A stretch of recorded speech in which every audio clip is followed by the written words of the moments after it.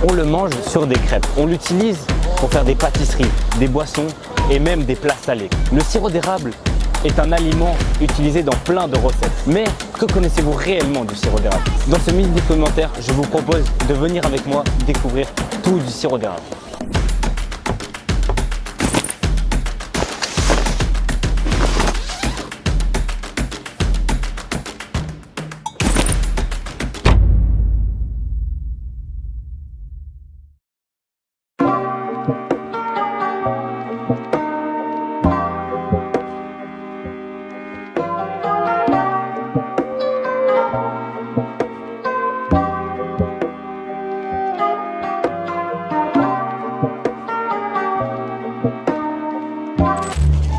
Bienvenue à Montréal.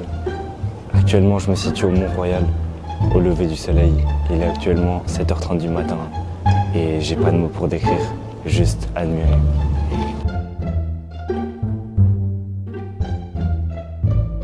Bon, on n'est pas là pour parler de la ville, malgré que ce soit une ville magnifique avec ses grands gratte-ciel, ses parcs, ses magnifiques rues et son architecture magnifique. Nous allons aller à la visite d'une cabane à sucre. C'est le lieu où l'on récolte et produit le sirop d'érable, où nous allons rencontrer un acériculteur qui nous parlera de comment il récoltait et produit le sirop d'érable.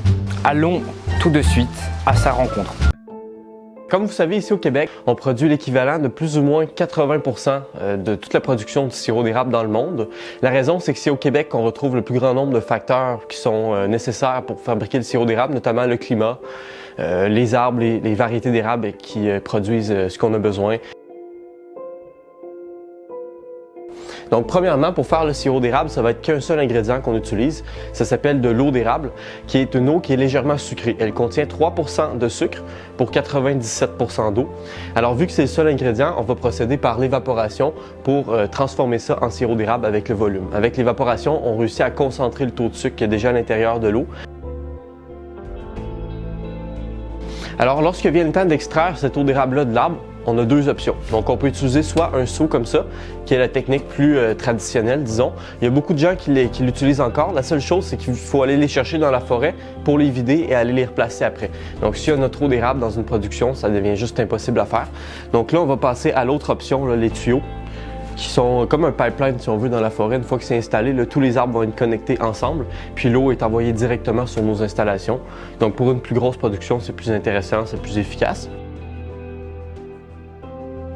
Les érables, ils vont couler, ils vont donner de cette eau d'érable-là qu'un mois par année. Donc la saison, c'est de mi-mars à mi-avril. La raison pour laquelle c'est qu'un mois, c'est qu'on a absolument besoin de température de gel la nuit et de dégel le jour pour pouvoir récupérer, si on veut, cette eau-là. C'est qu'on attend qu'il y ait une quarantaine d'années avant de commencer à les entailler. Donc il faut qu'on attende en fait que l'arbre ait 30 cm de diamètre avant de commencer à le taper, ce qui donne 40-45 ans. Et un arbre de cet âge-là va donner un demi-seau comme ça par jour durant tout le mois de production.